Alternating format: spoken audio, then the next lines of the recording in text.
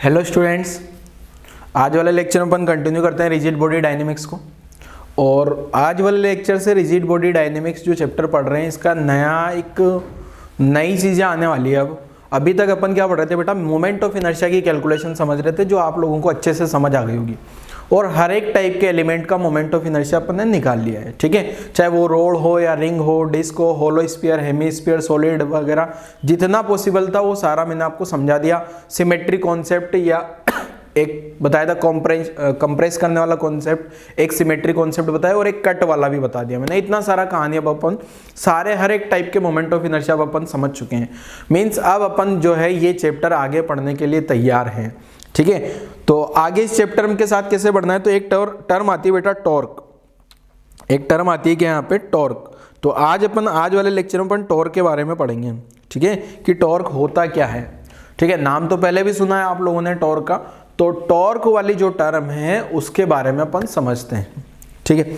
जैसे अपन ने मास से मोमेंट ऑफ इनर्शिया पढ़ा है ना, उसी टाइप से जो टॉर्क है बेटा, ये मैं लिख देता हूँ पहले, टॉर्क ये इसके बारे में अपन पढ़ने वाले हैं। इसको डिनोट करते हैं टाउ से, और ये एक वेक्टर क्वांटिटी है इसलिए इसके ऊपर वेक्टर भी लगा देता हूँ मैं, ठीक है। लास्ट में लिख दूंगा वेक्टर क्वांटिटी।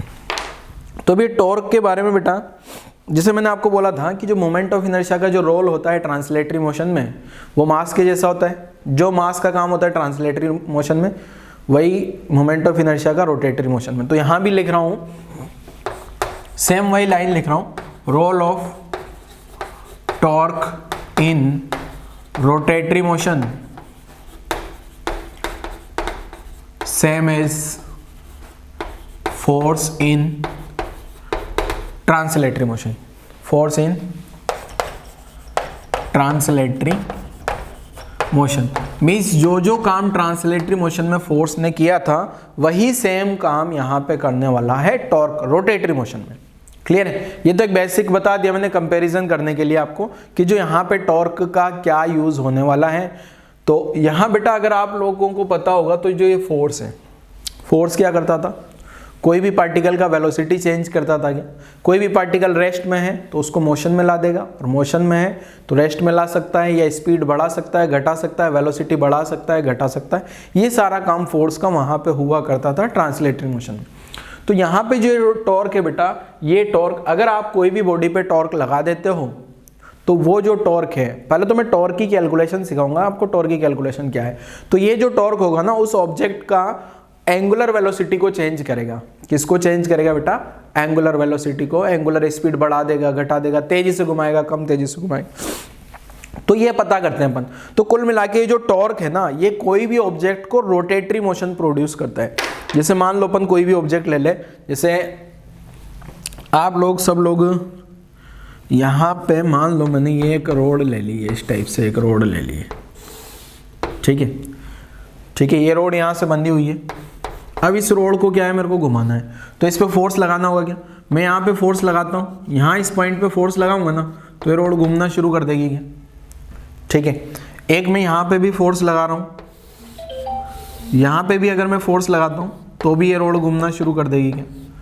बट यहाँ पे जैसे फोर्स, मान लो मैंने यहाँ 20 न्यूटन का फोर्स लगाया, और यहाँ पे भी मैंने 20 न्यूटन का फोर्स लगाया, ठीक है। दो फोर्स लगाए ऐसे ये रोड पे, ठीक है। ये रोड पे 20 न्यूटन का ऊपर फोर्स लगाया, एक रोड पे 20 न्यूटन। तो यहाँ पे भी रोड घूमेगी और यहाँ पे भी रोड घूमेगी। एक्चुअली जो घूम रही है ना, वो घूम रही है किसके कारण, ये जो फोर्स है ना, फोर्स तो इस पे भी लग रहा है, फोर्स इस पे भी लग रहा है। अब आप अपने दिमाग में 1 मिनट के लिए सोचो ऐसा कि कौन सी सिचुएशन में ये जो है रोड ज़्यादा तेज़ी से घूमने वाली है। मीन्स ज़्यादा तेज़ी से कहाँ घूमेगी, ये वाले केस में या फिर ये वाले केस में। जैसे आप सब लोग बच्चे जानते होंगे, जो एक सेकंड, मेरे पास एग्जाम्पल है नहीं कुछ यहाँ पे।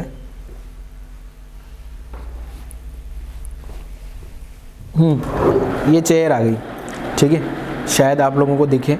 ये मूविंग चेयर लेके आया हूँ मैं। इसका टॉप पॉइंट दिख रहा होगा ना आपको। चलो इसको भगाते हैं, कुछ यहीं से समझाता हूँ। तो क्या है, देखो आप लोग ये वाली टर्म और ये वाली टर्म, आप लोगों ने गेट देखा है ना, सब लोगों ने गेट जिसको आप लोग खोलते हो, उसमें क्या हैंडल लगा होता है जिसको आप पकड़ के खोल लेते हो। तो वो किस जगह पे लगा होता है, जो गेट होता है ये गेट है मान लो, ये गेट आ गया आपके रूम का गेट, ठीक है, और ये इस एक्सिस के अबाउट घूम रहा है गेट, ठीक है, गेट या विंडो कुछ भी मान लो, ये आ गया आपके पास, ठीक है। अब इस एक्सिस के अबाउट घूमता है तो क्या होगा, इस पे जो है आप लोग क्या करते हो बेटा, यहाँ से पकड़ के घुमाते हो क्या इसको, यहाँ पे एक हैंडल लगा होता है ये इस टाइप का, उसको पकड़ के आप लोग घुमाते हो क्या।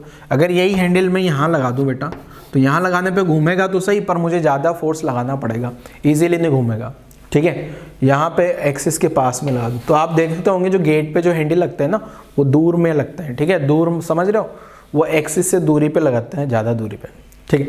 मतलब कुल मिला के ये बताना चाह रहा हूँ, ये जो रोड है ना, ये वाली रोड ज़्यादा तेज़ी से घूमेगी इस वाली रोड के कंपैरिजन में। यहाँ पे जो घूमना होगा ना रोटेटरी मोशन, वो ज़्यादा तेज़ी से रोड घूमने वाली इसके कंपैरिजन में, क्योंकि इस पे ज़्यादा टॉर्क लगा है, इस पे क्या लगा है, इस वाली रोड पे ज़्यादा टॉर्क लगा है, इसलिए ये वाली रोड तेज़ी से घूमेगी। अब ये कैसे पता लगा इस पे ज़्यादा टॉर्क लगा, फोर्स तो दोनों पे सेम है, इस पे जितना फोर्स आ रहा है वही सेम फोर्स इस पे भी है, ठीक है, बट ये ज़्यादा डिस्टेंस पे लग रहा है ना, तो ये जो होता है क्या, टॉर्क जो है फोर्स पे डिपेंड नहीं करता, फोर्स के साथ साथ एक फैक्टर और पे डिपेंड करता है, वो डिस्टेंस की कितना ज़्यादा दूरी पे फोर्स लग रहा है, ठीक है। तो एक लाइन और लिखता हूँ, जो फोर्स है बेटा, टॉर्क जो है, टॉर्क का एक टर्म तो मैंने आपको समझा दिया कि टॉर्क का रोल क्या है, रोटेटरी मोशन में वही सेम रोल है जो काम क्या था बेटा, जो ट्रांसलेटरी मोशन में फोर्स का था। अब ये जो टॉर्क है ना बेटा, ये रोटेटरी मोशन प्रोड्यूस करता है, ये मतलब एक फोर्स है, कोई भी फोर्स की कैपेबिलिटी है कि वो ऑब्जेक्ट को रोटेट करा पा रहा है या नहीं करा पा रहा है। जैसे मान लो यही रोड पे मैं अलग अलग तरीके से फोर्स लगाता हूँ, ये रोड पे अगर मान लो मैंने ये इस डायरेक्शन में 20 न्यूटन का फोर्स लगा दिया तो यहाँ घूमेगी नहीं, ये रोड नहीं घूमने वाली, ठीक है।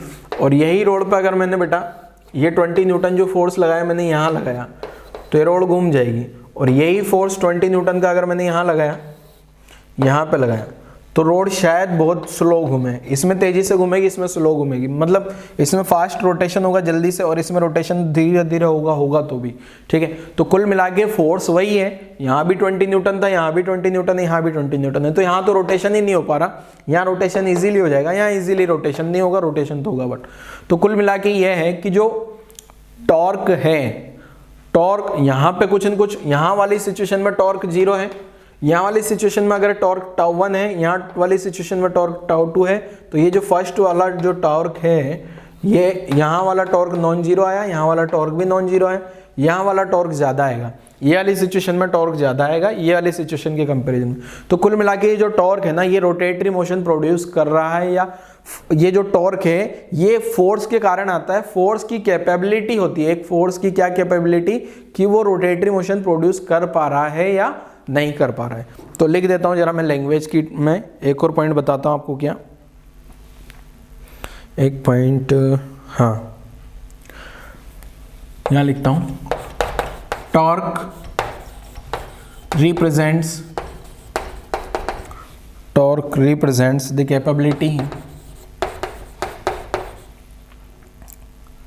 Capability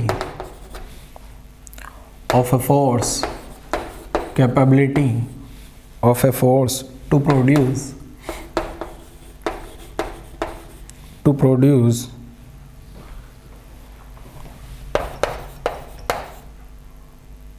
change in the rotational motion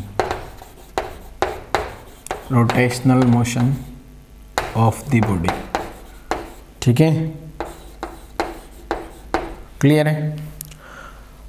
ये जो टॉर्क है, ये टॉर्क रोटेशनल मोशन प्रोवाइड कर पा रहा है या नहीं कर पा रहा है, ये एग्जांपल के थ्रू भी मैंने आपको समझा है। ये वाली सिचुएशन में टॉर्क 0 है, ये वाली सिचुएशन में कुछ न कुछ टॉर्क आया, ये वाली सिचुएशन में टॉर्क थोड़ा कम आएगा। मतलब ये एक प्रैक्टिकल है, देखो क्या, देखो करके भी बताता हूँ। जैसे ये डस्टर है मान लो, यहाँ पे इसको मैंने बांध दिया, ये हो गया एक्सिस ऑफ, यहाँ ये डस्टर बंधा हुआ है, तो अगर मेरे को इसको घुमाना है ना, तो यहाँ से घुमाना आसान है, यहाँ से घुमाना आसान है, यहाँ मैं थोड़ा सा फोर्स लगाऊंगा तो ये घूम जाएगा, यहाँ फोर्स लगाया घूम गया। बट अगर यही फोर्स मुझे यहाँ लगाना हो, तो यहाँ से अगर मुझे घुमाना है तो मुझे ज़्यादा फोर्स लगाना पड़ेगा। आप लोग क्या फील कर पा रहे हो, आप लोग भी ऐसा कोई ऑब्जेक्ट लो और एक बार तो यहाँ फोर्स लगा के उसको घुमाओ, यहाँ फोर्स लगा के घुमाओगे तो ईजिली घूम जाएगा, और यहाँ फोर्स लगा के घुमाओगे ना थोड़ा मतलब घूमेगा तो सही, पर थोड़ा ज़्यादा इजीली नहीं घूमेगा आपको, ठीक है। सेम जितना फोर्स यहाँ लगाया था ना, उतना ही फोर्स यहाँ लगाओगे तो हो सकता है घूम ही नहीं पा रहा हो सही से, ठीक है। तो कुल मिला के क्या है, ये एग्जाम्पल लिखना चाहो तो लिख सकते हो, ऐसी सिचुएशन में टॉर्क जीरो है, ऐसी सिचुएशन में टॉर्क नॉन जीरो है, इसमें भी नॉन जीरो है, पर ये वाली जो सिचुएशन है, ये वाली सिचुएशन में टॉर्क जो है, ये वाली सिचुएशन से टॉर्क ज़्यादा आ रहा है। क्लियर है। तो टॉर्क क्या करता है बेटा, ये जो टॉर्क है, पहले तो टॉर्क का वही रोल है रोटेटरी मोशन में जो फोर्स का था। दूसरा पॉइंट मैंने क्या लिखा है, कैपेबिलिटी ऑफ फोर्स, ये फोर्स के कारण आता है, ठीक है। टॉर्क जो आता है वो किसके कारण आता है, फोर्स के कारण। अभी कैलकुलेशन करना भी सिखाऊंगा मैंने, जब यूनिट एंड डायमेंशन में आप लोगों को मैंने कुछ बताया, और टॉर्क होता है फोर्स इनटू डिस्प्लेसमेंट, बस वहां तो कितनी सी कहानी बता दी थी मैंने, फोर्स इनटू डिस्प्लेसमेंट, बस बाकी कहानी मैंने आपको कुछ नहीं समझा, ठीक है ना। तो टॉर्क जो रिप्रेजेंट करता है क्या है, capability of force to produce change in rotatory motion of the body. ये बॉडी रोड है, अभी रोड के केस में अपन ने समझा एग्जांपल, ऐसे बहुत सारे एग्जांपल अलग अलग हो सकते हैं। ये वाला एग्जांपल अपन ने रोड वाले केस में समझ लिया, तो ये रोड के, ठीक है। तो यहाँ तक की कहानी नोट करो, फिर आगे समझते हैं जरा। यहाँ तक की कहानी नोट करो जरा।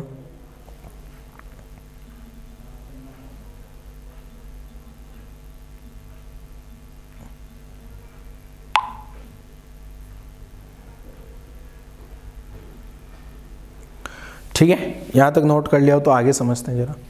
तो आगे क्या है देखो, और समझा देता हूँ।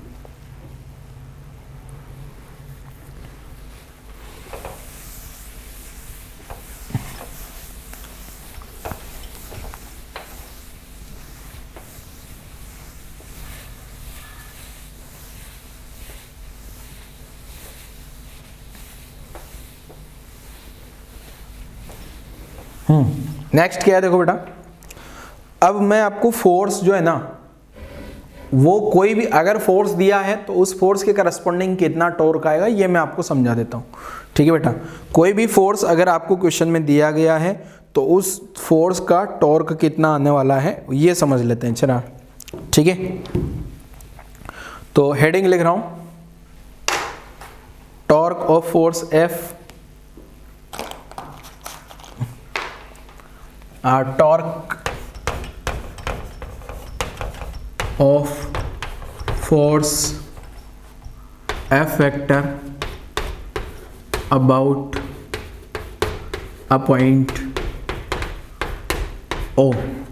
कोई पॉइंट है ओ, और उस पॉइंट ओ के अबाउट मेरे को क्या निकालना है, force, sorry torque, torque of force F about a point O, ठीक है। तो कोई भी पॉइंट ओ दिया गया होगा आपको, और उस ओ पॉइंट को रेफरेंस पॉइंट भी बोल सकते हो आप। उस ओ पॉइंट के अबाउट मुझे फोर्स की टॉर्क की कैलकुलेशन करनी है, और ये जो टॉर्क आएगा वो कोई ना कोई फोर्स का आएगा, ठीक है। चलो तो कितना आता है समझते हैं जरा।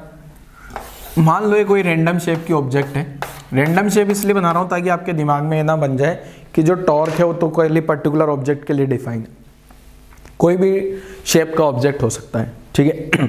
अब इसमें क्या है, मान लो मेरे पास में ये पॉइंट आ गया O, ये वाला पॉइंट O है, इस पॉइंट O के अबाउट मेरे को टॉर्क की कैलकुलेशन करनी है, जैसा कि मैंने यहाँ भी लिखा है पॉइंट O। अब मान लो यहाँ पॉइंट पे ये एक पॉइंट है, उस पॉइंट पे फोर्स लग रहा है, और ये जो फोर्स है वो इस डायरेक्शन में लग रहा है। ये डायरेक्शन आप लोगों को हॉरिजॉन्टल तो नहीं लग रही कहीं, इसलिए मैं इसको थोड़ा सा चेंज कर देता हूँ। हो सकता है कुछ बच्चों के दिमाग में आ जाए कि हॉरिजॉन्टल है सर ये तो, ठीक है। तो हॉरिजॉन्टल नहीं है, वो कोई भी जनरलाइज डायरेक्शन हो सकती है, ठीक है। इसलिए मैं आपको ये फोर्स F लग रहा है, और ये जिस पॉइंट पे फोर्स लग रहा है ना बेटा, उस पॉइंट को नाम दिया अपन ने P। ये पॉइंट पे P पॉइंट पे फोर्स लग रहा है, ठीक है। अब ये जो P पॉइंट है, ये P पॉइंट आ गया जहाँ फोर्स लग रहा है। अब ये P पॉइंट की जो लाइन को मैं पीछे बढ़ा दूँ, ये है, इसको लाइन ऑफ फोर्स बोला जाता है, ठीक है। और P पॉइंट पे फोर्स लग रहा है तो P पॉइंट को बोला जाता है point of application of force, ठीक है। अब दूसरा काम क्या करना है मुझे, ये जो पॉइंट O है ना बेटा, इस पॉइंट A से यहाँ आगे इस पॉइंट O को मिलाना है, ये मिलाया और ये लाइन आगे बढ़ा दी। ये O पॉइंट से, ये पॉइंट O से पॉइंट P को मिलाया, ये वाला पॉइंट है अपना P, और ये मैंने यहाँ लाइन आगे बढ़ा दी, ठीक है बेटा, क्लियर है। और ये जो एंगल है, ये एंगल जो है ना, ये वेक्टर जो है, इस वेक्टर को नाम दिया आर वेक्टर, ये वेक्टर को नाम दिया अपन ने क्या, आर वेक्टर। ठीक है, क्लियर है। तो यहां से मैं अभी टॉर्क की कहानी लिखूंगा, तो आपको पहले एक बार समझाता हूं कि क्या फॉर्मूला हो सकता है। ठीक है, तो पहले मैं यहाँ इधर आपको एक्सप्लेन करता हूँ, इधर मैं एक्सप्लेन कर रहा हूँ बस ऐसे ही, ये बस आपको केवल खाली खाली समझाने के लिए कर रहा हूँ, ठीक है ना, बाकी इससे कोई ज़्यादा लेना देना नहीं। जैसे मान लो मैंने रोड वाला एग्जांपल दिया था आपको, जैसे ये रोड आ गई और यहाँ मैंने 20 न्यूटन का फोर्स लगाया था, और यहाँ मान लो टॉर्क 1 आया, वो नॉन जीरो आ रहा था। दूसरा वाले डायग्राम में मान लो मैंने फोर्स बढ़ा के, वही रोड है, सब कुछ वही है डायग्राम, यहाँ जो रोड थी ना वही सेम रोड यहाँ है, तो मैंने क्या किया, यहाँ पे ये जो फोर्स बढ़ा दिया ना, और ये 20 न्यूटन से बढ़ा के सपोज मैंने 40 न्यूटन कर दिया, तो यहाँ पे जो टॉर्क आएगा वो टॉर्क 2 नॉन जीरो तो आएगा, साथ में टॉर्क 2 जो आएगा वो टॉर्क 1 से ज़्यादा आएगा। इसका मतलब ये है कि ये जो टॉर्क आने वाला है ना बच्चे, वो फोर्स पे डिपेंड करता है, फोर्स बढ़ाने पे टॉर्क बढ़ जाएगा। ठीक है, बट यहाँ पे जो फोर्स लग रहा है ना, ये रोड के परपेंडिकुलर लग रहा है, रोड के कैसे लग रहा है, परपेंडिकुलर डायरेक्शन में लग रहा है। ऐसे अगर मान लो यही फोर्स जो 40 न्यूटन मैंने यहाँ लगाया था, वही फोर्स 40 न्यूटन का अगर मैं यहाँ लगाता हूँ 40 न्यूटन का फोर्स, तो ऐसी सिचुएशन में टॉर्क तो आएगा, बट वो जो टॉर्क 3 आया है ना, वो सेकंड वाले टॉर्क से कम आएगा, इससे कम आएगा, ये वाले टॉर्क से कम आएगा। यहाँ से देखो, ये जो है ना फर्स्ट डायग्राम, ये वाले डायग्राम को फर्स्ट बोल रहा हूँ, ये वाले डायग्राम को सेकंड डायग्राम बोल रहा हूँ, और ये वाले डायग्राम को थर्ड बोल रहा हूँ। तो ये जो फर्स्ट और सेकंड वाले डायग्राम से मेरे को ये पता लगा कि जो टॉर्क होगा वो प्रोपोर्शनल टू फोर्स होगा। मतलब जितना ज़्यादा फोर्स, जैसे यहाँ 20 न्यूटन पे कुछ टॉर्क आया, तो 40 करने पे ज़्यादा घूमने का टेंडेंसी होगा क्या उसका। मान लो कोई गेट खोलना है आपको, 20 न्यूटन का फोर्स लगाया तो धीरे से खुलेगा, 40 न्यूटन का लगाया तो तेजी से खुलेगा, 1000 न्यूटन का लगा दिया तो तुरंत से खुल जाएगा क्या। तो उसी टाइप से जितना ज़्यादा फोर्स लगाओगे उतना ज़्यादा टॉर्क आ गया। क्लियर। दूसरा, यहाँ से ये डिस्टेंस है बेटा, जो ये वाला कंक्लूजन आया, ये जो फर्स्ट एंड सेकंड वाला डायग्राम से, फर्स्ट एंड सेकंड वाले डायग्राम से मैं क्या लिख सकता हूँ, torque is proportional to force. And second and third से मैं क्या लिख सकता हूँ बेटा, torque is proportional to R. R क्या है, ये जो डिस्टेंस होगी, यहाँ से ज़्यादा डिस्टेंस पे जाएगा तो टॉर्क ज़्यादा आएगा, कम डिस्टेंस पे जाएगा तो टॉर्क कम आएगा। क्लियर है। बाकी कांस्टेंट, फोर्स को कांस्टेंट रखा है इन दोनों डायग्राम। अब तीसरा एक डायग्राम बना रहा हूँ मैं बेटा, जिसे मैंने 40 न्यूटन का फोर्स मान लो इस डायरेक्शन में लगा दिया। ठीक है, तो यहाँ पे जो टॉर्क आएगा ना वो तो जीरो आ ही रहा है। ठीक है, यहाँ टॉर्क फोर्थ वाले डायग्राम में टॉप 4 बोल दिया जीरो। ठीक है, ये फोर्थ वाला डायग्राम हो गया। अब एक डायग्राम और बनाता हूँ, फिफ्थ वाला डायग्राम। उसमें क्या करूँगा बेटा, यहाँ पे जो फोर्स लग रहा है ना, ये फोर्स लग रहा है इस डायरेक्शन में। ठीक है, 40 न्यूटन का। तो इस 40 न्यूटन के 2 कंपोनेंट करूँगा, एक कंपोनेंट इधर वाला और एक कंपोनेंट इधर वाला। ठीक है, तो कौन सा वाले कंपोनेंट के कारण टॉर्क आने वाला है, ये वाले कंपोनेंट का जो है, ये वाले कंपोनेंट को, जैसे मान लो सपोज ये एंगल थीटा है, तो ये आ गया 40 कोस थीटा, और ये वाला आ गया 40 साइन थीटा। तो यहाँ से देखने पे पता लग रहा है ये जो कोस कंपोनेंट है उसका टॉर्क नहीं आएगा, ये वाले कंपोनेंट का टॉर्क आएगा, साइन वाले कंपोनेंट। ठीक है, चलो ये कहानी अभी समझ आ जाएगी आपको, थीटा वाली, इसको जाने दो अभी। यहाँ तक की कहानी समझ आई आपको। ठीक है, तो यहाँ से मैं क्या बोल रहा हूँ, देखो ये जनरलाइज कोई भी ऑब्जेक्ट आ गया बेटा, ये जनरलाइज कोई ऑब्जेक्ट आ गया मेरे पास। ठीक है, अब इस ऑब्जेक्ट पे ये इस डायरेक्शन में फोर्स लग रहा है, और ये वाला जो एंगल है ना, पहला तो पॉइंट P कौन सा पॉइंट है, जिस पॉइंट पे फोर्स लग रहा है उसको point of application of force भी बोला जाता है।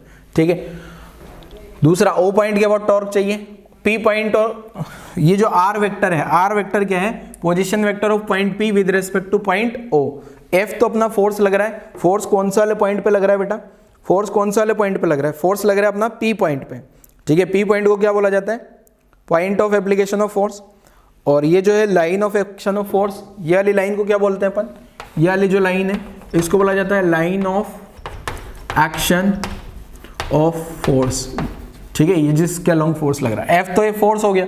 ठीक है, पॉइंट P को क्या बोलते हैं अपन, ये जो पॉइंट P है ना, इसको बोला जाता है पॉइंट ऑफ, जगह है नहीं यहाँ पे, तो ये जो पॉइंट P है, पॉइंट P, इसको क्या बोला जाता है, point of application of force. Means जिस भी पॉइंट पे फोर्स लग रहा है ना, वो पॉइंट है P। O पॉइंट कौन सा है, ओ पॉइंट ये है जिसके अबाउट मुझे टॉर्क की कैलकुलेशन करनी है, ठीक है। साथ में ये जो आर वेक्टर क्या है, आर वेक्टर क्या है बेटा, पोजीशन वेक्टर ऑफ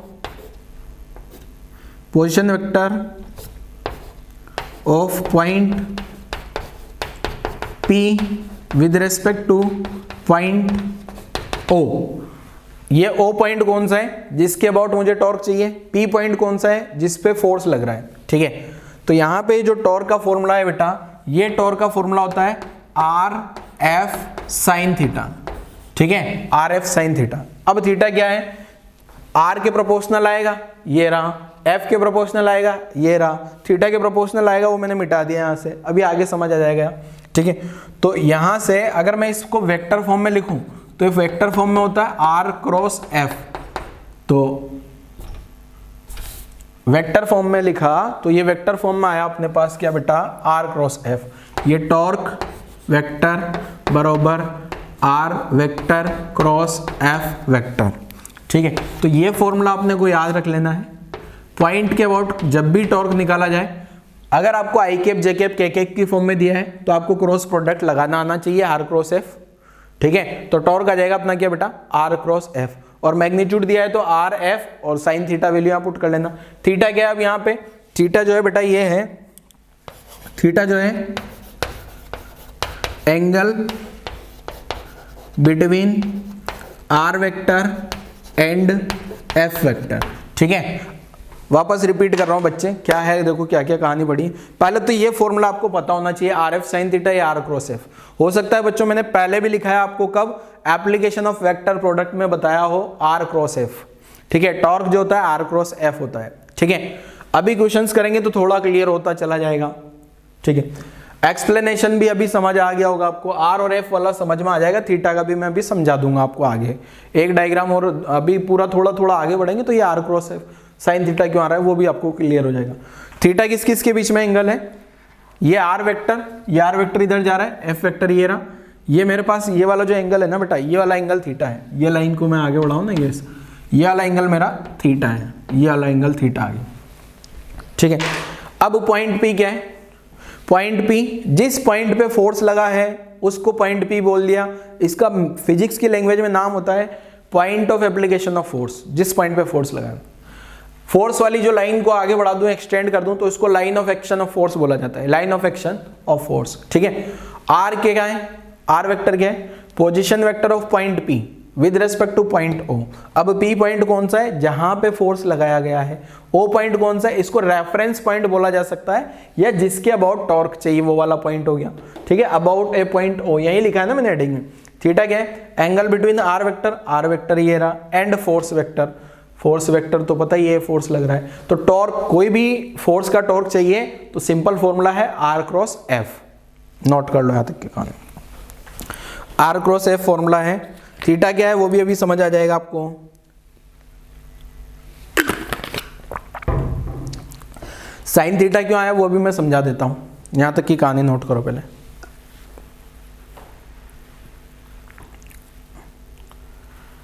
चलो नोट किया यहां तक, आगे बढ़ते हैं। अब देखो थीटा वाली कहानी भी अगर यही समझाऊं ना मैं आपको, तो अगला जो डायग्राम है वो समझाता हूं। देखो नेक्स्ट डायग्राम यहीं पे बना देता हूं, जो मैंने डायग्राम बनाया था ना यहाँ पे। एक डायग्राम और चाहो तो आप बना लेना ऐसा। ये रोड आ गई। अब यहाँ पे अगर मान लो बच्चे ये इस डायरेक्शन में फोर्स लग रहा हो, फोर्स ये ऐसे लग रहा हो, तो अगर ये ऐसा फोर्स लग रहा है 40 न्यूटन का, तो बेटा यहाँ क्या होगा, ये तो पॉइंट हो गया अपना कौन सा, ऑब्जेक्ट में अगर देखा जाए तो P पॉइंट, और यहाँ पे अपना आ गया O पॉइंट, तो ये अपना आ गया R वेक्टर आ गया क्या, ये कौन सा वेक्टर बना दिया मैंने, R वेक्टर। तो ये अपना R वेक्टर आ गया क्या, ये ऐसा, ये R वेक्टर आ गया, और इसको आगे बढ़ाया तो ये वाला एंगल थीटा आ गया। तो इस 40 के दो कंपोनेंट होंगे, ये वाला कंपोनेंट हो गया 40 cos थीटा, 40 cos थीटा, और ये वाला कंपोनेंट हो गया 40 sin थीटा। ये वाला कंपोनेंट क्या हो गया अपना 40 sin थीटा। अब अगर आप लोग देखोगे ना बेटा, यहाँ से ये रोड जो है, इस रोड को घुमाने के लिए कौन सा वाला कंपोनेंट रेस्पॉन्सिबल है, ये कॉस कंपोनेंट तो रेस्पॉन्सिबल नहीं है, साइन कंपोनेंट रेस्पॉन्सिबल है क्या, साइन कंपोनेंट रेस्पॉन्सिबल है क्या, तो यहाँ प्रोपोर्शनल टू साइन थीटा भी आता है, ठीक है ना, क्लियर है, proportional to sine theta. Means rod पे अगर जो मैंने एक डायग्राम बनाया था इससे पिछला वाला, अगर ऐसा फोर्स आता है ना, कुछ भी हो जाए 10 न्यूटन 20 न्यूटन, तो ऐसी सिचुएशन में टॉर्क 0 आ जाएगा। क्लियर है? तिरछा मिर्चा फोर्स है, ऐसा है तो डायरेक्ट लिखा जा सकता है, ऐसा फोर्स है तो उसके कंपोनेंट करो, ये वाले कंपोनेंट का 0 आ जाएगा और ये वाले कंपोनेंट का आ जाएगा। अभी आगे क्वेश्चन के थ्रू भी और कहानियां समझ आएगी आपको, नोट कर लो पहले यहां तक की कहानी।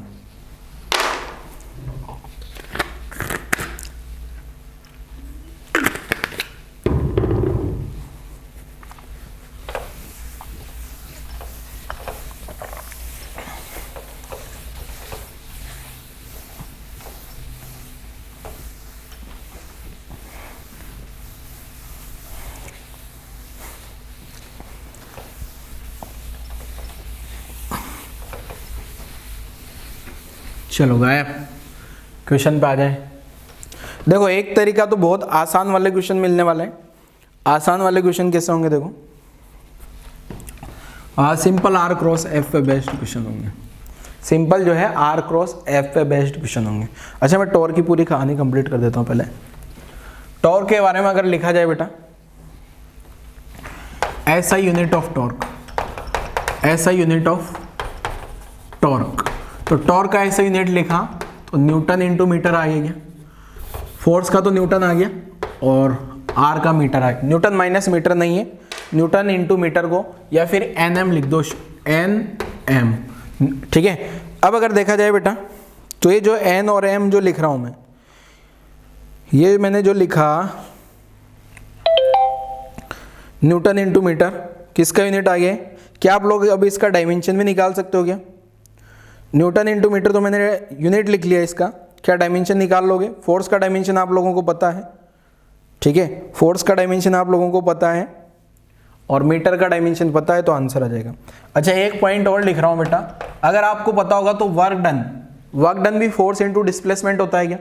वर्क डन भी फोर्स इंटू डिस्प्लेसमेंट, तो फोर्स न्यूटन डिस्प्लेसमेंट मीटर, तो वहां पे अपन न्यूटन इंटू मीटर को जूल लिख देते हैं, बट यहाँ टॉर्क में जूल नहीं लिखना। वैसे दोनों का डायमेंशन सेम आएगा बट टॉर्क का यूनिट जूल नहीं लिखना आपको। जूल केवल स्पेसिफाई किया है ना, जूल है वो स्पेसिफाई किया एनर्जी वाली टर्म्स के लिए, work, kinetic energy, potential energy, तो यहाँ वर्क जैसी कोई टर्म नहीं है, तो यहाँ पे न्यूटन इंटू मीटर ही लिखना है, जूल नहीं लिखना।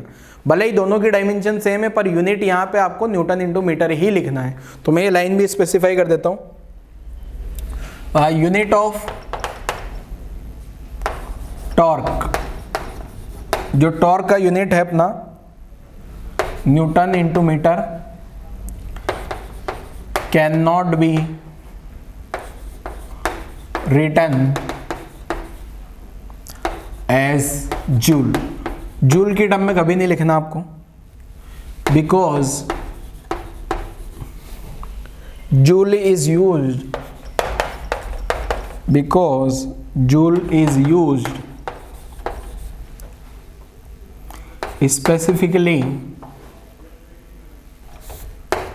specifically for वर्क और ब्रैकेट में एनर्जी, वर्क और एनर्जी के लिए ही अपन जूल वाली टर्म यूज करेंगे। यहाँ पे ऐसा तो कुछ है नहीं, ठीक है ना। चाहो तो ऐसा यूनिट लिख लेते हैं यहाँ पे, एस आई। डायमेंशन सब लोग निकाल लेंगे, डायमेंशन ऑफ टॉर्क ये आ जाएगा m1 L2 T-2, ये सेम एज वर्क ही है, ठीक है ना, इसमें कोई दिक्कत नहीं है। वर्क का डायमेंशन भी यही आने वाला है, ठीक है, वर्क का डायमेंशन भी यही आता है, फोर्स इंटू डिस्प्लेसमेंट कर दिया मैंने। और जो एक पॉइंट और है, वेक्टर क्वांटिटी, क्या ये जो टॉर्क है बेटा, टॉर्क है अपने पास कौन सा, वेक्टर क्वांटिटी। अब अगर कोई भी वेक्टर क्वांटिटी आ गई तो उसका डायरेक्शन का बड़ा गड़बड़ है, डायरेक्शन कैसे देंगे? तो डायरेक्शन ऑफ टॉर्क जो है, direction of torque is given by right hand thumb rule. अब राइट हैंड थंब रूल तो आप भूल गए होंगे, राइट हैंड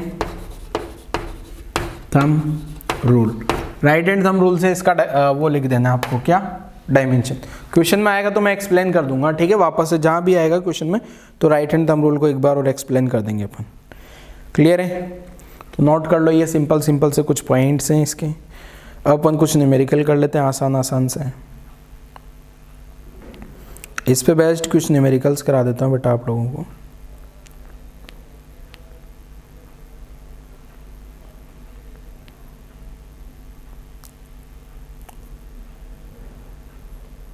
चलो लिखा है यहाँ तक की कहानी। देखो कभी कभी तो क्वेश्चंस में क्या होगा, आर वेक्टर आपको दिया होगा, एफ वेक्टर आपको दिया होगा और टॉर्क पूछ लेगा, तो उसमें तो कुछ भी नहीं है, खाली आपको वेक्टर प्रोडक्ट कर देना है। क्या वेक्टर प्रोडक्ट आप लोगों को आता है या भूल गया? बेटा एक चीज़ सुन लो ध्यान से, अगर आप लोगों को वेक्टर प्रोडक्ट नहीं आता है या फिर आप लोग भूल गए हैं तो वेक्टर प्रोडक्ट का रिवीजन जरूर कर लेना, क्योंकि इस चैप्टर में वेक्टर प्रोडक्ट बहुत काम आने वाला है। ठीक है, इवन एनसीईआरटी में तो वेक्टर प्रोडक्ट इसी चैप्टर में दिया है। जब मैंने वेक्टर पढ़ाया था तब भी बताया था आपको, वेक्टर जो है एनसीईआरटी में 3 चैप्टर में दिया हुआ है। तो वर्क डन वाले चैप्टर में स्केलर प्रोडक्ट, बेसिक वेक्टर आगे समझाया, चैप्टर मोशन इन प्लेन वाले में, मोशन इन प्लेन एक चैप्टर है उसमें बेसिक वेक्टर के बारे में बताया, क्योंकि वहाँ वेलोसिटी, फोर्स, एक्सेलरेशन सब आते हैं। और स्केलर प्रोडक्ट बताया वर्क पावर एनर्जी में, क्योंकि वहाँ डॉट प्रोडक्ट आएगा ना वर्क डन कैलकुलेट करने। और क्रॉस प्रोडक्ट यहाँ जाके यूज होता है, इसलिए क्रॉस प्रोडक्ट का यूज एनसीईआरटी में ये वाले चैप्टर में दिया है सिस्टम ऑफ पार्टिकल में। बट अपन ने तो सारा एक साथ पढ़ लिया था, तो आप एक बार क्रॉस प्रोडक्ट को पूरा अच्छे से रिवाइज कर लेना, क्योंकि यहाँ पे बहुत सारे फॉर्मूले ऐसे आने वाले हैं जहाँ क्रॉस प्रोडक्ट का यूज होगा। ठीक है, डायरेक्शन वगैरह का यूज होगा, तो आप अच्छे से रिवाइज कर लेना उनको। ठीक है, तो चलो क्वेश्चन की शुरुआत करते हैं। आपको जैसे एक फोर्स है और वही फोर्स का आपको टॉर्क कैलकुलेट करना है, तो किस टाइप से क्वेश्चन होगा देखो मैं समझा देता हूं।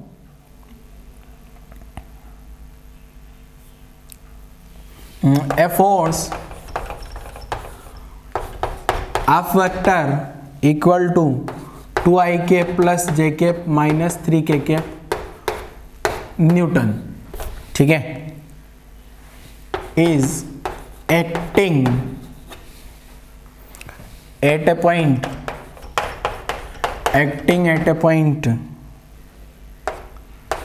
2 मीटर, 1 मीटर, -3 मीटर। ठीक है, find torque of force F, find torque of force F about a point 1 metre, 0 metre, 2 metre. अब सुनना ध्यान से, कभी क्वेश्चन में ऐसा भी लिखा हो सकता है अबाउट ओरिजिन। अबाउट ओरिजिन लिखा है तो ये वाले पॉइंट को क्या मान लेना है, 0 0 0 मान लेना है। ठीक है, 0 0 0 मान लेना है। क्लियर है? तो वैसे तो क्वेश्चन आसान है बच्चे, मेरे को लगता है क्वेश्चन तो आसान ही है, फिर भी मैं तो बताऊंगा इसे, बट मैं चाहूंगा एक बार आप लोग खुद से ट्राई करो बेटा इस क्वेश्चन को। अगर क्वेश्चन आप लोग खुद से ट्राई करोगे तो आपको थोड़ा कुछ समझ आएगा। और मेरा मानना है ऐसा सेम क्वेश्चन मैंने हो सकता है आपको वेक्टर प्रोडक्ट में भी कराया हो, सेम क्वेश्चन। ठीक है, बस वहाँ आपको टॉर्क की कहानी नहीं पता थी कि टॉर्क होता क्या है। चलो सोल्व करेंगे। अब देखो क्या है, मान लो ये पॉइंट पे फोर्स लग रहा है, ये पॉइंट पे मान लो मैंने इधर फोर्स लगा दिया, और फोर्स जो लग रहा है वो फोर्स का वैल्यू है 2ik प्लस जे cap minus 3k cap newton. ये तो अपना फोर्स आ गया। अब ये पॉइंट को अपन ने P नाम दे दिया सपोज, तो ये जो पॉइंट है वो कौन सा हो गया, 2, 1, -3। और मुझे जिस पॉइंट के रेस्पेक्ट में चाहिए वो पॉइंट को O नाम देते हैं ना अपन फॉर्मूले में, तो ये 1 0 2 हो गया क्या, 1, 0, 2। ठीक है, अब यहाँ से यहाँ तक जो लाइन जाएगी ये वाली लाइन R वेक्टर को बताएगी क्या। वेक्टर बेटा आप लोगों को आना चाहिए, वरना ये न्यूमेरिकल नहीं होने वाला। न्यूमेरिकल सोल्व करने के लिए वेक्टर आपको आना ही चाहिए। अब अगर R वेक्टर की कैलकुलेशन हो जाए तो R वेक्टर मैंने बता रखा है आपको क्या, ये वेक्टर है ना ऐसा, तो हेड के कोऑर्डिनेट माइनस टेल के कोऑर्डिनेट, क्या करोगे, हेड के कोऑर्डिनेट माइनस टेल के कोऑर्डिनेट। तो ये वाला जो पॉइंट O है, हेड के कोऑर्डिनेट क्या हो गए, हेड का कोऑर्डिनेट 2ik प्लस जे cap minus 3k cap. Vector form में लिखना है ना, R वेक्टर है, माइनस यहाँ क्या हो जाएगा ik प्लस 0 जे कैप प्लस 2k कैप। ये अपने पास आ गया head coordinate minus tell coordinate. अब आप लोग खुद से सोल्व कर सकते हो क्या बेटा, ये आप लोग खुद से सोल्व कर सकते हो क्या, जल्दी बोलो।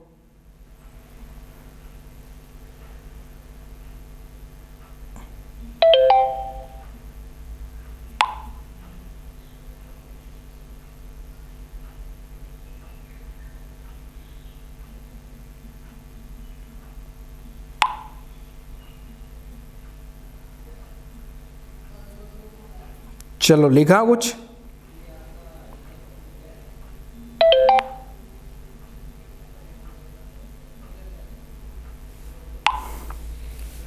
देखो क्या है,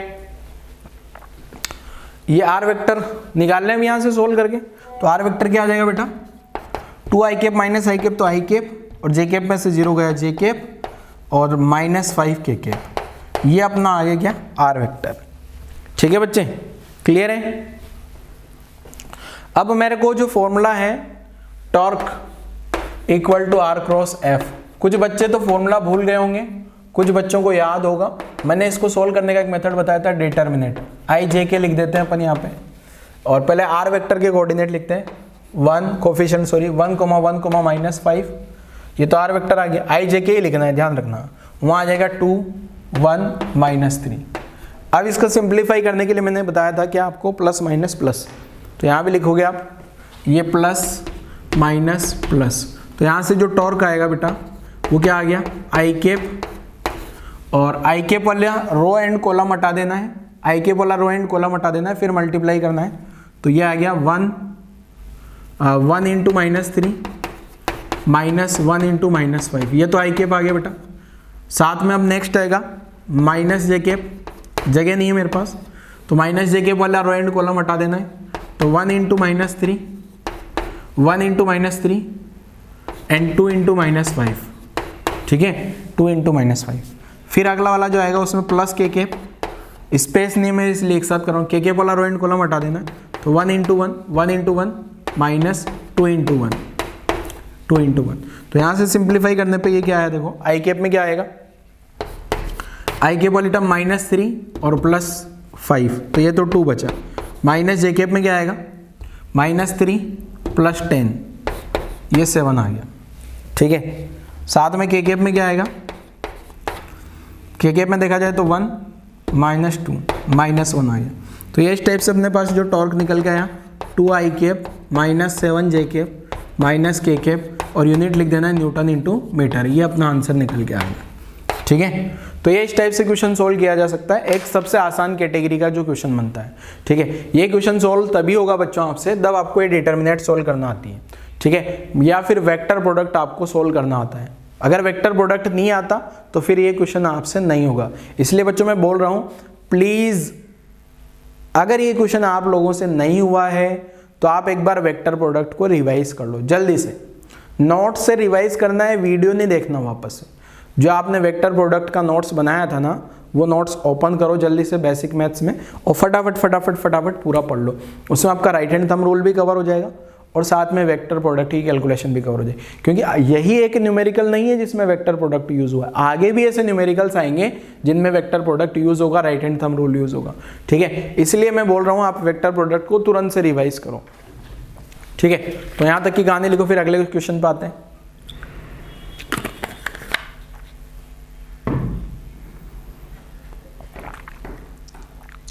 अच्छा, क्वेश्चन में अगर ये बोला होता अबाउट ओरिजिन, तो ओरिजिन लिखा होता तो ये वाले पॉइंट को 0,0,0 मान लेता, तो आर वेक्टर डायरेक्ट क्या हो जाता, 2i के प्लस जे के माइनस 3 के। ठीक है,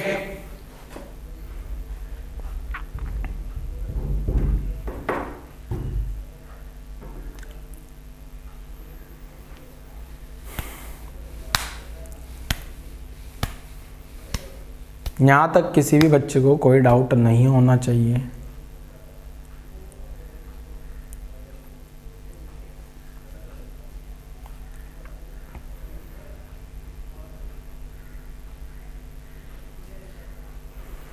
चलो ठीक है, मान लेते हैं आप लोगों को समझ आ गया है ये सारी कहानी, और अगर नहीं आया तो वेक्टर प्रोडक्ट आपको आना चाहिए बेटा। अगर वेक्टर प्रोडक्ट नहीं आएगा तो फिर ये क्वेश्चन आप लोगों से सोल्व नहीं होने वाला। ठीक है, तो ध्यान रखो, वेक्टर प्रोडक्ट को रिवाइज करो अच्छे से, नहीं करोगे तो आगे और प्रॉब्लम हो जाएगी। चलो नोट कर लिया, नेक्स्ट क्वेश्चन पे आ जाता हूँ बेटा।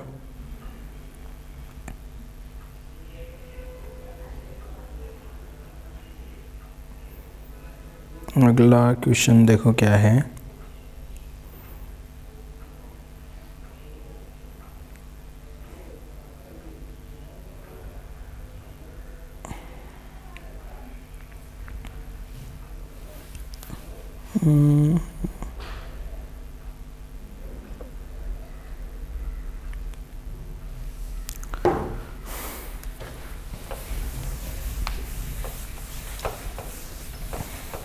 गायब, सब कुछ गायब।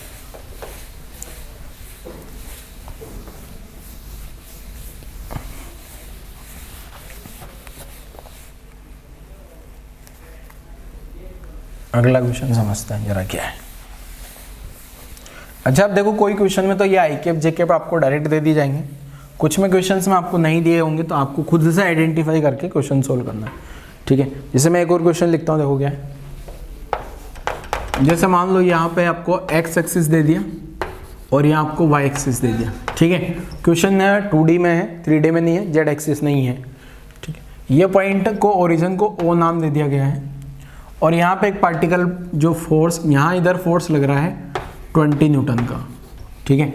और ये जो पॉइंट है इसका कोऑर्डिनेट है 4 मीटर, 3 मीटर, ठीक है। इस पॉइंट पे ये वाले पॉइंट को ए नाम दे दिया और ये वाले पॉइंट को बी नाम दे दिया, ठीक है। अब ये जो फोर्स है, इस फोर्स का टॉर्क निकालना है मुझे। यहाँ जो फोर्स है ना, ये F = 20 न्यूटन, ये 20 न्यूटन का जो फोर्स लग रहा है इस पॉइंट पे, कुछ भी नाम दे दो इसको, सपोज मैंने P नाम दे दिया। अब मेरे को क्या चाहिए, find torque of force F about point O, point A, point B। Means 3 point के अबाउट टॉर्क चाहिए मुझे, मतलब 3 बार क्वेश्चन सोल्व होगा। O के अबाउट चाहिए, A के अबाउट चाहिए और B के अबाउट चाहिए। तो अभी इस क्वेश्चन में आई कैप जे कैप नहीं दिया गया है कुछ भी। पिछले वाले क्वेश्चन में तो क्या था, स्पेसिफिकली मैंने दे दिया था फोर्स वगैरह आपको। अच्छा, पहला तो ये है बेटा, ये वाला फोर्स मैंने आसान कैटेगरी का क्वेश्चन बनाने के लिए डायरेक्ट राइट में लगा दिया, इसलिए मैं फोर्स को अगर मैं वेक्टर फॉर्म में लिखूंगा तो इजीली लिख पाऊंगा। नीचे लगाता तो भी इजीली, पर अगर मान लो कोई एंगल पे लगाता तो फिर उसके मुझे कंपोनेंट करने होते हैं, ठीक है। तो अब क्वेश्चन आपके सामने है बेटा, फोर्स दिया है 4,3 पे लग रहा है ये इस इंस्टेंट पे, ठीक है। तो यही इंस्टेंट पे मुझे find torque of force F about point O, B, A and B at this instant, at this instant. क्योंकि थोड़ी देर बाद जो है, हो सकता है जो भी पार्टिकल पे फोर्स लग रहा है वो सब पार्टिकल आगे मूव कर गया हो। यहाँ पे कोई पार्टिकल होगा जिस पे फोर्स लग रहा है, उससे नहीं मतलब आपको, तो डायरेक्ट टॉर्क निकालना है बस। चलो ट्राई करो जरा बेटा, O पॉइंट के अबाउट टॉर्क निकालो, A पॉइंट के अबाउट टॉर्क निकालो, B पॉइंट के अबाउट टॉर्क निकालो और आंसर सोल्व करो जल्दी से।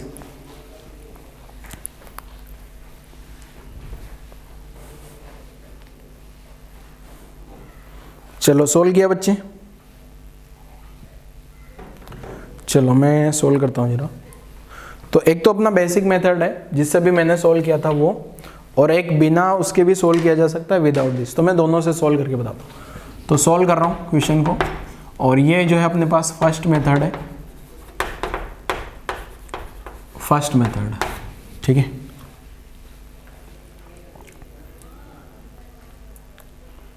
तो क्या है, देखो आप लोगों ने ट्राई तो किया ना वीडियो पोस्ट करके, नहीं किया तो अभी सोल्व कर लूँ वरना समझ नहीं आएगा। चलो देखते हैं जरा क्या। तो सबसे पहले तो बेटा मैं फोर्स लिख लेता हूँ। फोर्स मेरे पास आ रहा है 20 आई कैप, हमेशा है 20 आई कैप, जे कैप और के कैप में कोई फोर्स नहीं है, ठीक है। अब मैं अगर पोजीशन वेक्टर निकालना चाहूँ बेटा, अगर मैं निकाल रहा हूँ पहले किसके about, torque about point O। अगर मैं O पॉइंट के अबाउट टॉर्क निकालूंगा तो यहाँ पे जो मेरे पास R वेक्टर आएगा, R वेक्टर क्या आ जाएगा बेटा, यहाँ अगर मैं R वेक्टर लिखूंगा ना तो आ जाएगा 4i cap plus 3j cap minus 0,0, 0i 0j। तो यही अपना R वेक्टर हो गया क्या, R वेक्टर क्या हो गया अपना 4i प्लस 3j, ठीक है। तो टॉर्क क्या लिखूंगा मैं, R क्रॉस F अपना टॉर्क आ गया। तो आई कैप, जे कैप, के कैप, पहले R वेक्टर लिख दिया 4, 3, 0, फिर फोर्स लिख दिया 20, 0, 0। एक तरीका तो ये हो गया जैसे पिछला क्वेश्चन सोल्व किया था।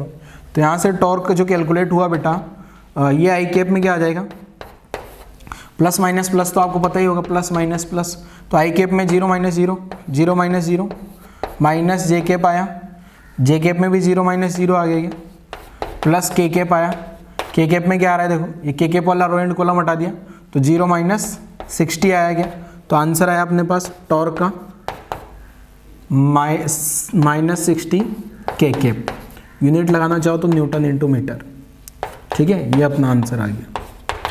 ठीक है, मीन्स अगर आपसे बोल दिया जाए टॉर्क का डायरेक्शन क्या होगा, तो टॉर्क का डायरेक्शन होगा नेगेटिव जेड, उसका मैग्नीट्यूड तो 60 है और ये माइनस के यहाँ शिफ्ट हो जाएगा, मतलब अंदर की डायरेक्शन में टॉर्क लग रहा है। तो पहला वाला तो ये आंसर आ गया। मेरे पास किसके अबाउट टॉर्क आया अभी, पॉइंट ओ के अबाउट। ऐसे ही पॉइंट ए के अबाउट भी निकाला जाएगा और पॉइंट बी के अबाउट भी निकाला जा सकता है। ठीक है, ए और बी दोनों के अबाउट भी निकाला जा सकता है। तो ए और बी के अबाउट भी निकाल लेता हूं मैं। ठीक है, फिर सेकंड मेथड बताता हूं आपको।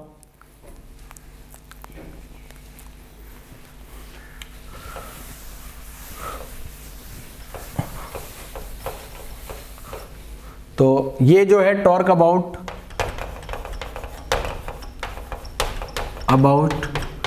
Point A. अब ए वाला पॉइंट कौन सा था, ए वाला पॉइंट कौन सा लिखा था मैंने, भूल गया मैं। चलो निकालते हैं जरा। तो आर वेक्टर क्या हो जाएगा, आर वेक्टर हो गया 4ik plus 3j minus 4ik plus 0j। मेरे हिसाब से जो ए वाला पॉइंट मैंने लिखा था ना, वो यहाँ वाला था, यहाँ वाला। ठीक है, यहाँ पी था जो मेरे दिमाग में रहा, मैं भूल गया शायद। तो देखना जरा यहीं था क्या, तो ये 4,0 इसका कोऑर्डिनेट हो गया, तो 4ik प्लस 0। तो यहाँ से जो आर वेक्टर निकल के आता है मेरे पास 3j ओनली। ठीक है, क्लियर है, ये आर वेक्टर आ गया बेटा। अब टॉर्क निकाला जा सकता है इजीली। तो टॉर्क क्या आ जाएगा, आर क्रॉस एफ। तो आर क्रॉस एफ में क्या करूँगा, आई जे के, आई वेक्टर पहले आर का लिख दूँ तो 0 3 0। फोर्स कितना आ जाएगा 20 0 0। तो यहाँ से जो टॉर्क का फॉर्मूला निकल के आता है कैलकुलेशन करने पे, आई के वाला रो एंड कॉलम हटा दिया तो 0 माइनस 0 माइनस जे के वाला रो एंड कॉलम हटा दिया तो 0 0 प्लस के वाला रो एंड कॉलम हटा दिया, तो ये आंसर आ गया अपने पास -60 अगेन। ये भी कितना आ गया बेटा, यहाँ से भी जो टॉर्क निकालूंगा ना मैं, ये आ गया 0 0 और यहाँ आ गया के -60 के न्यूटन मीटर। ये आंसर आ गया। कौन से पॉइंट के अबाउट आए, ए पॉइंट के अबाउट। ऐसे में बी पॉइंट के अबाउट निकालूंगा बेटा, तो बी पॉइंट के अबाउट भी निकाला जा सकता है क्या, टॉर्क अबाउट पॉइंट बी। तो बी पॉइंट के अबाउट भी निकाल देता हूँ। तो ये फर्स्ट मेथड चल रहा है। सेकंड मेथड डायरेक्ट मेथड होगा, उसमें इतना कैलकुलेशन नहीं करना पड़ेगा, डायरेक्ट आंसर आ जाएगा। ठीक है ना। तो यहाँ लिखता हूँ torque about point B, torque about point B. ठीक है, तो यहाँ आर वेक्टर क्या लिख दोगे बेटा, 4ik प्लस 3j, यहाँ आएगा -0ik प्लस 3j। जो बी वाला पॉइंट था ना बेटा, बी वाला पॉइंट यहाँ था शायद। ठीक है, यहाँ बी वाला पॉइंट था, यहाँ ओ, यहाँ ए, यहाँ पी। ठीक है ना, तो आप लोग देख लो जरा। ठीक है, तो यहाँ से जो आर वेक्टर निकल के आता है मेरे पास, ये आता है 4ik ओनली। तो टॉर्क निकालूंगा तो आर क्रॉस एफ से, आर क्रॉस एफ आई जे के 4 0 0, ये तो आर वेक्टर आ गया 20 0 0। तो यहाँ से टॉर्क जो निकल के आएगा बेटा, आई के वाला रो एंड कॉलम हटाऊंगा तो 0 माइनस 0 माइनस जे के वाला रो एंड कॉलम हटाऊंगा तो अगेन 0 माइनस 0, के वाला रो एंड कॉलम हटाऊंगा तो अगेन 0 माइनस 0। तो यहाँ से जो टॉर्क निकल के आता है मेरे पास, ये 0 आ जाता है। ठीक है, चाहो तो वेक्टर लिख दो 0 वेक्टर, ऐसा आंसर है। मतलब इस पॉइंट के बाद तो कोई टॉर्क नहीं आने वाला। ठीक है, ये तो सिंपल सी कहानी हो गई जिसमें अपन ने कुछ ही नहीं किया, बिना दिमाग लगाए वेक्टर के अकॉर्डिंग आंसर निकाल लिया। अगर मुझे वेक्टर की कैलकुलेशन आती है तो आर वेक्टर निकाला, फोर्स वेक्टर निकाला, क्रॉस प्रोडक्ट कर दिया, आंसर आ गया। ठीक है, यहाँ तक की कहानी लिखो। अब जो सेकंड मेथड है, सेकंड मेथड में मैं क्या करूँगा बेटा, थोड़ा सा फिजिक्स लगा के आप लोगों को समझाऊंगा कि कैसे आंसर आ रहा है। ठीक है, सारे आंसर यही आने वाले हैं सेकंड मेथड से भी।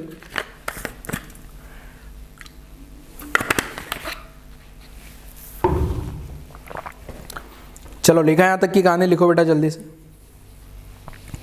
यहाँ तक की कहानी लिख डालो जल्दी से। चलो लिख लिया आपने, ऐसा मान लेते हैं, वीडियो पॉज करके लिख लेना अगर नहीं लिखा है तो जो सेकंड मेथड है, सेम क्वेश्चन, ये वाला मेथड जो बताया ये थोड़ा बड़ा जरूर है, बट इसमें कुछ नहीं करना, सिंपल एक सेट पैटर्न है, वैसा सोल्व कर देना, आंसर आ जाएगा। ठीक है, दूसरे वाले मेथड में क्या देखो, सॉल्व कर रहा हूँ। वही सेम क्वेश्चन बट मेथड अलग। इसमें मुझे पता है बेटा टॉर्क का जो मैग्नीट्यूड होता है वो क्या लिखते हैं अपन, आर एफ साइन थीटा, यही लिखते हैं क्या। तो एफ का मैग्नीट्यूड तो सब जगह 20 आएगा। अब मैं आर और थीटा की कैलकुलेशन करता हूँ हर एक बार और आंसर निकालता हूँ।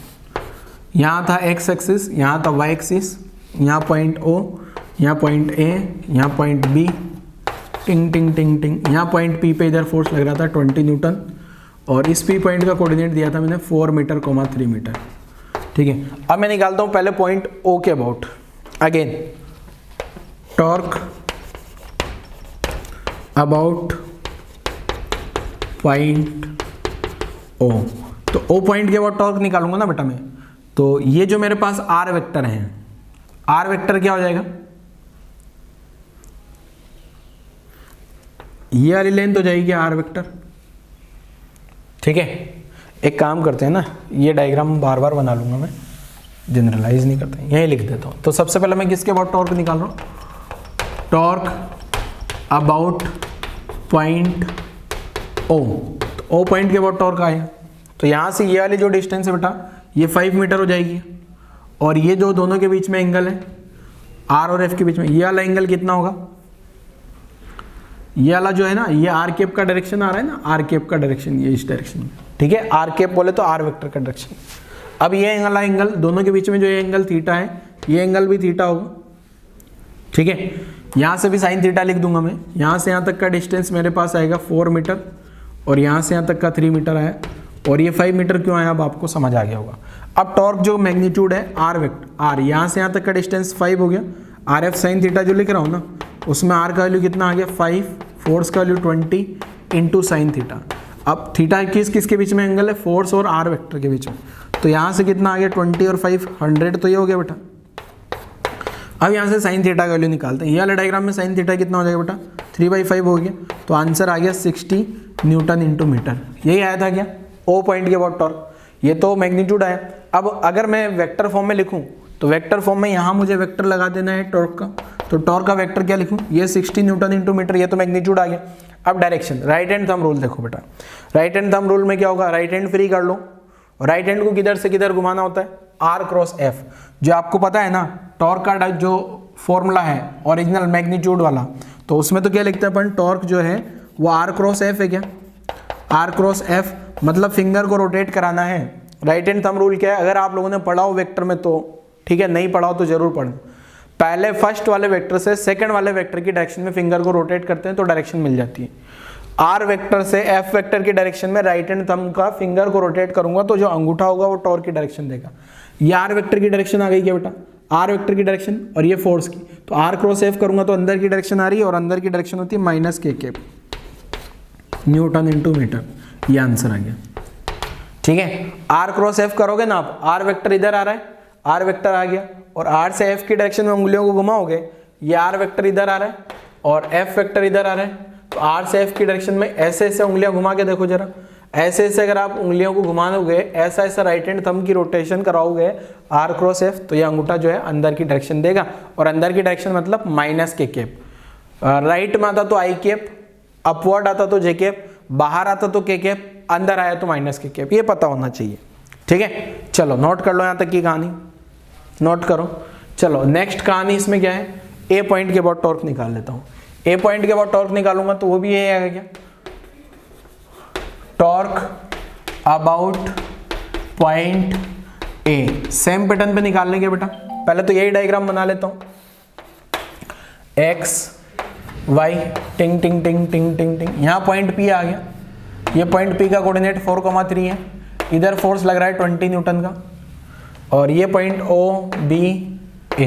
तो बेटा अगर ए वाला देखा जाए ना तो ए में तो यही आर वेक्टर बन गया क्या अपना, आर वेक्टर यही आ गया क्या, तो आर कैप किधर ऊपर जाएगा क्या, आर कैप यहाँ से, तो आर कैप यहाँ ऊपर जा रहा है, तो ये वाला एंगल तो 90 डिग्री हो गया क्या, थीटा का वैल्यू कितना आ गया यहाँ पे 90 डिग्री आ गया क्या। ठीक है, अब यहाँ से यहाँ तक की डिस्टेंस, यहाँ से ये जो आर वेक्टर आया था ना, इसमें भी तो आर वेक्टर का मैग्नीट्यूड 5 आया था, इसमें आर वेक्टर का मैग्नीट्यूड यहाँ से यहाँ कितना होगा बेटा 3 मीटर हो जाएगा।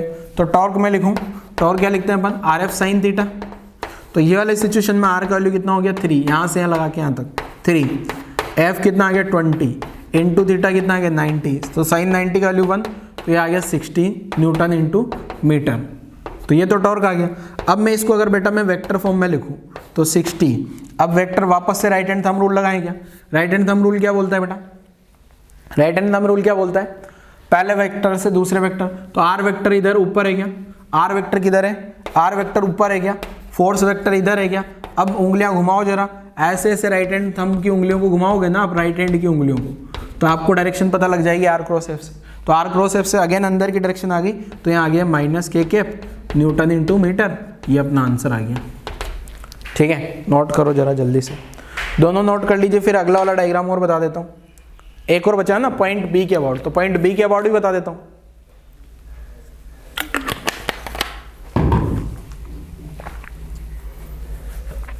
तो टॉर्क अबाउट पॉइंट बी, तो पॉइंट बी के अबाउट टॉर्क क्या आएगा? देखो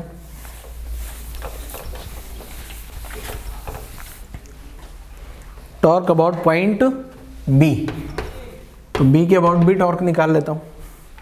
तो यहां से वापस से यही डायग्राम बनाया बेटा, एक्स एक्सिस वाई एक्सिस, टिंग टिंग टिंग टिंग टिंग, इधर फोर्स लग रहा है 20 न्यूटन का, ये वाले पॉइंट को नाम दिया ए ओ बी। अब ऐसी सिचुएशन में बेटा जो आर वेक्टर है, आर वेक्टर ये आगे क्या?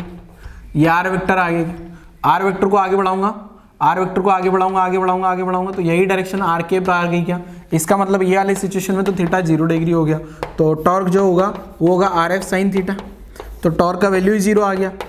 आर का वैल्यू तो यहाँ से यहाँ तक देखा जाए तो ये तो कितना हो गया बेटा? 4 मीटर। ठीक है, तो 4 इंटू 20 इंटू साइन 0, तो ये भले ही 80 हो गया, बट साइन 0 0 होने के कारण आंसर 0। वेक्टर फॉर्म में लिखोगे तो 0 वेक्टर लिख लो, ये आंसर आ जाएगा। उस वाले मेथड से भी 0 आंसर आया था। दूसरा मेथड समझ आया क्या? नोट कर लो जरा। 2 मेथड अगर आपको समझ आ गए हैं तो नोट करो जल्दी से। तीसरा मेथड भी बता देता हूँ हाथों हाथ तुरंत से। एक और मेथड,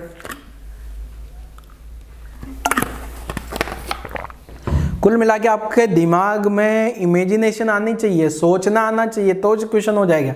अब तीनों मेथड में से कौन सा जल्दी से आंसर ला के दे रहा है ये पकड़ लेना है आपको। ठीक है, तो पहले 2 मेथड मैंने बता दिए। पहले वाला तो सिंपल वेक्टर वेक्टर से, दूसरे वाले में अपन ने आर एफ साइन थीटा लगाया, मैग्नीट्यूड निकाला, डायरेक्शन। अब तीसरा मेथड देखो कितना आसान है। तीसरा मेथड देखो कितना आसान है, इजीली आंसर आएगा थर्ड वाले मेथड से। तो थर्ड वाला मेथड भी समझा देता हूँ बेटा। वीडियो पॉज करके लिख लेना आप लोग ये सारी कहानी।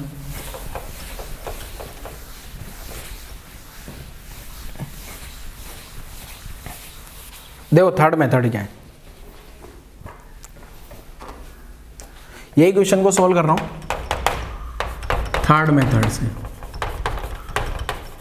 ठीक है, देखो आपको टॉर्क पता है ये कितना आता है? R F sine theta.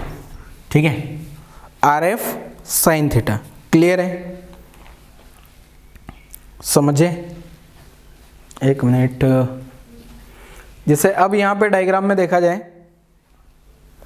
जैसे यहाँ पे फोर्स, यहाँ जो फोर्स लग रहा है वो क्वेश्चन में ऐसा लग रहा है, ये फोर्स आ गया, और मान लो ये जो यहाँ से जो आर वेक्टर आ रहा है अपने पास, ये आर वेक्टर ये आ रहा है। ठीक है, अब आर वेक्टर के 2 कंपोनेंट कर लो। एक कंपोनेंट तो आर वेक्टर का ये होगा, एक कंपोनेंट तो ये एंगल थीटा है क्या? तो एक कंपोनेंट ये होगा, एक कंपोनेंट ये होगा, ये एंगल भी थीटा होगा। यहाँ से यहाँ तक वाले कंपोनेंट को आर कोस थीटा बोल देता हूँ, और यहाँ से यहाँ वाले कंपोनेंट को आर साइन थीटा बोल देता हूँ। यहाँ तक कोई दिक्कत नहीं होनी चाहिए बेटा किसी को। तो ये जो टॉर्क है ना, ये आर के 2 कंपोनेंट करेंगे, आर के 2 कंपोनेंट करें, एक तो फोर्स के अलोंग और एक फोर्स के परपेंडिकुलर। तो ये वाले कंपोनेंट को नाम दे रहा हूँ मैं आर परपेंडिकुलर, ये वाले कंपोनेंट को नाम दे रहा हूँ आर पैरेलल। पैरेलल का साइन नहीं है और ये परपेंडिकुलर का साइन है। आर कोस थीटा जो कंपोनेंट है आर पैरेलल, आर पैरेलल का मतलब फोर्स के अलोंग जो कंपोनेंट आ रहा है, आर परपेंडिकुलर का मतलब फोर्स के जो परपेंडिकुलर कंपोनेंट आ रहा है। तो ये जो टॉर्क लिखा है ना बेटा मैंने, इसको ऐसे लिख दूं R sine theta into F. अब ये जो टॉर्क आ गया मेरे पास क्या आ गया? R perpendicular into F. Clear है? तो पहले एक काम करते हैं, थर्ड मेथड, थर्ड मेथड से पहले नोट लगा के लिखा देता हूँ मैं। थर्ड मेथड से पहले क्या है? नोट है अपने पास। ये नोट अगर आपको समझ आएगा ना तो क्वेश्चन जल्दी हो जाएगा। ठीक है, तो ये नोट समझना है आपको। नोट में क्या है देखो, समझा रहा हूँ वापस से। ये आर वेक्टर था, ये फोर्स था, तो आर के दो कंपोनेंट करे, R cos theta, R sine theta. R sine theta force के परपेंडिकुलर है, तो मैंने आर परपेंडिकुलर का सिंबल बना दिया और आर पैरेलल का सिंबल बना दिया, ठीक है। तो ये वाला आंसर आ गया कि आर परपेंडिकुलर इंटू एफ। अब यहाँ ये भी लिख देता हूं, आर परपेंडिकुलर क्या है, component of R vector perpendicular to force, ठीक है। और आर पैरेलल का मतलब क्या है, वैसे आर पैरेलल का कोई काम नहीं है पर फिर भी मैं बता देता हूं।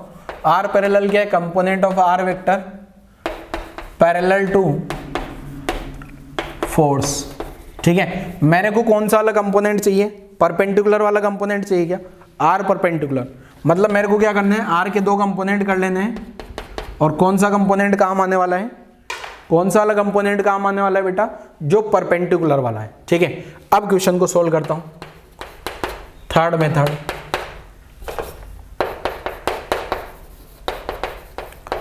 ठीक है, ये ही डायग्राम आपके पास है, ये एक्स एक्सिस, वाई एक्सिस, यहां पॉइंट पे ये 20 न्यूटन का फोर्स लगा दिया पी पॉइंट पे, और ये पॉइंट ए ओ बी।